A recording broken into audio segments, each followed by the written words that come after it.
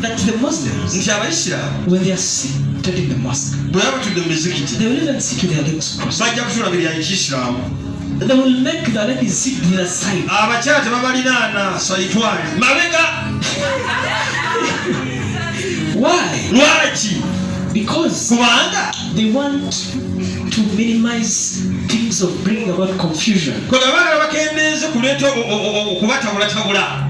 Omanyi omukyala akuliraana mu kkanisa n'ofuna obuzibu. Wazza okusaba omukyala n'akuliraana n'ovaako. Are you with me? Oliraanye? When they are praying, bwe baba basaba, the ladies pray from another side. abakyala balina lungi waabwe eyo. And the lady cannot lead men Era prayer. era omukyala tayinza kulembera musajja mu kusaba. No. Nedda. What happens in churches? Ki ekituukawo mu makanisa? Babulaza bakwatira basisita obutebe. You find the so-called born again Osiŋŋaana ekyo omulokole on phone. ali ku ssimu. What is that stupid thing that can't wait? Kintu kya busuulu ki ekitasala kulinda. If you can't honor God's presence Bw'oba tasobola kuba kitiibwa kubeera kwa Katonda and you can't fit in nga tasobola kukijjamu that day, olunaku olwo, don't make it to church. tojja ku kanisa. Stay where you are. Sigalayo totwesittaza. It is better than coming to church Kikirako okujja ku kanisa to pray for a blessing okusabira omukisa and you live with a curse. n'ovaawo na kikolimo. If you can't sacrifice time for God, Bw'oba tasobola kusaddaakayo kadde ka Katonda, then spare your time with what you want. kati sigaza obudde bwe n'ekyo kyoyagala mugende munywe amalwa gammwe muli embizzi. Tell where your heart is. Sigala yali omutima gwo gye guli ku bigodo. Are you with me? Oli nange? Your soul Emmeeme eyo is where you find delight. Let me tell you, kankugambe kino, your soul emmeeme yo cannot be fully focused teyinza kubeera nga kwegamba yeetegeredde oba neteefuteefu in a place where you don't find delight, mu kifo wotasiŋŋana teyagalira, where you don't find joy. woteyagalira. Are you with me? Oli nange? It is like when you're married, Kiringanga oba ng'oli mufumbo or when you're with your partner. oba ng'olina omwagalwawo. A man who begins to cheat, Omusajja atandika okwendeekulusa or a partner, oba omwagalwa, there are those traits you see. waliwo omuntu oba olaba essimu ebeera musayira ensi agijjajjako bamukubira nonya neetwaaka. Are you with me? Oli nange? Let me tell you Kankubuulire what happens. ki ekituukawo. You're talking Oyogera every time. buli kadde He wants to find out ayagala kusuula how his sweetest darling is.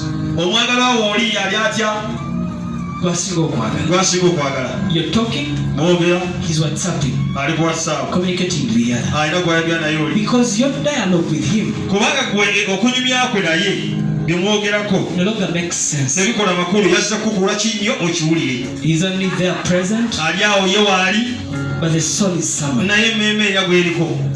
Why don't you? Let me tell you. Kankubuulire, Let me tell all these boys, kankubuulire abalenzi bano mwenna or women, whatever. n'abakyala mwenna, Let me tell you. kankugambe Instead of wasting your time, mufe kyokumala obudde bwo because you think you're wasting some other person's time, kubanga olowooza omala budde bwa muntu omu. you're not wasting their time alone. Tomala budde bwawe bwokka, No, nedda, you're also wasting your time. naawe emalira budde. Instead of wasting this person's time and your time, Mufe kyokumala budde bw'omuntu ono n'obubwo. you're with someone, Olina omuntu but yet you're thinking about someone. naye nga tena gwolowoozaako. You're with someone, Olina gw'oli naye but you always want to find out how the other person is. naye bulijjo yakumanya oli ali atayalidde kaki. You're not focused. Tolikoga tukiwadde muntu temutemwa. Instead of being with this person, Mufe kyokumala n'omuntu ono. why don't you go and be where your soul is? Lwaki togenda eri emmeeme egyetebeekerera?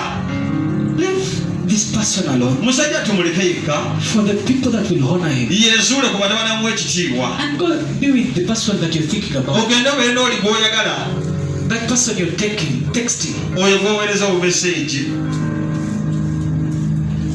That person you're spending much time with. Oyo gw'obalyako obudde obusinga. Go talk with that person. Genda oyo omuntu. Don't ruin this person's life. Tomala obudde bwonto bwonoona The obulamu same bwe. applies to God. Ne Katonda bw'ali.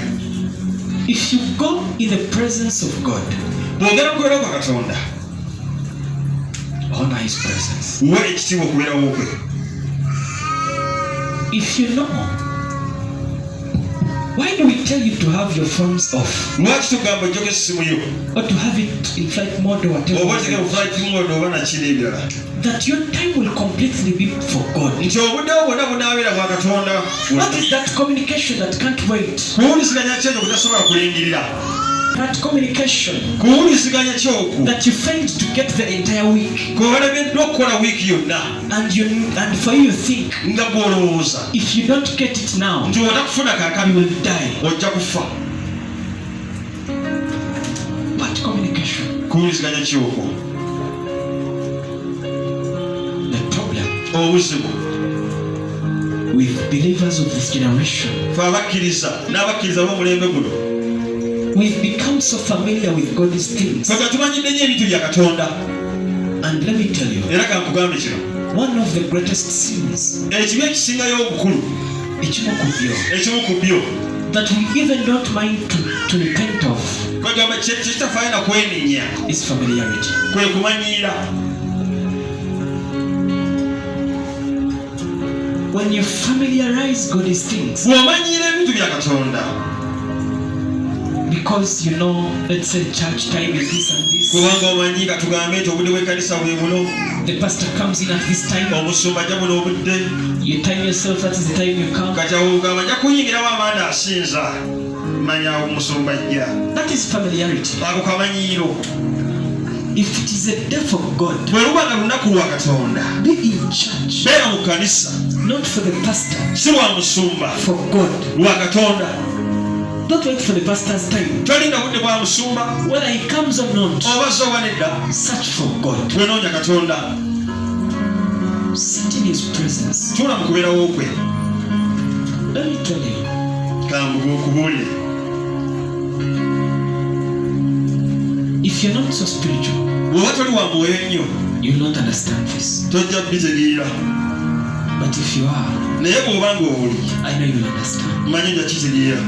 There's nothing Tewali we can compare kyoyinza geraageranya to the presence of God.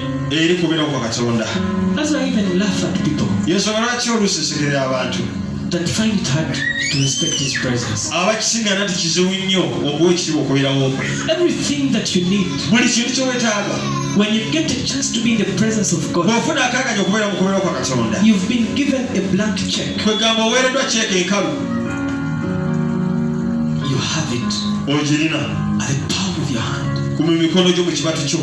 Utilize that chance well. Kozesa akakisa ako bulungi, Because there's a time kubanga lwakadde when you will go to meet him bw'ojja ogenda okumusiŋŋaana and he will ask you, era ajja kubuuza why? lwaki. Because you can't say you love him so much Kubanga tosobola gamba nti omuyagala nnyo when you can't honor him, nga tosobola muwa kitiibwa, when you can't honor his things. nga tosobola kuwa kitiibwa bintu bye. If you find it hard to honor your Bible, bw'okisiŋŋaana nti kikaluba nnyo okuwa ekitiibwa Bibuli yo, then how do you love God? kati awo Katonda omuyagala otya? How? Otya?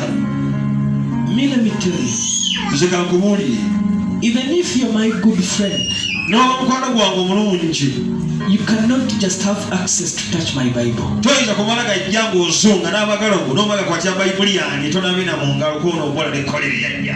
This symbolizes my personal relationship with Kino God. kiraga enkolagana yange ne Katonda. You don't just touch it Tomala gakwatirira because I respect my God. kubanga Katonda nga muwa ekitiibwa. Also you, Naawe learn to respect your God yiga okuwa Katonda ekitiibwa, and honor his things. okuwa ekitiibwa ebintu bye. Only then Awo wokka will the love for the Father okwagala kwa Katonda be made manifest. kunaalabisibwa. God bless your life. Katonda awo okusobola okuwa In Jesus' holy name. mu linnya tukubeera Yesu.